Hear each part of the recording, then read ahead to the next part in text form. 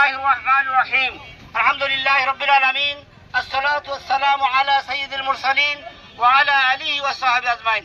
সংগ্রামী ছাত্র জনতা, আপনারা জানেন ছাত্র জনতার রাজপথে সংগ্রাম এবং রক্তদায়ের বিনিময়ে সদ্য ফ্যাসিস্ট খুনি শেখ হাসিনা বিদায় নিয়েছে, পালিয়ে গেছে।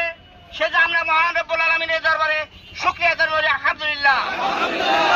সংগ্রামী সাথী বন্ধুগণ, আগামীকাল 15ই আগস্ট আগে তথাকথিত শোক দিবস হিসেবে পালন করেছে যারা, তাদেরকে আমরা হুঁশিয়ার করে দিতে চাই, রাষ্ট্র কর্তৃক আগামীকালের ওই দিবসকে নিষিদ্ধ ঘোষণা করা হয়।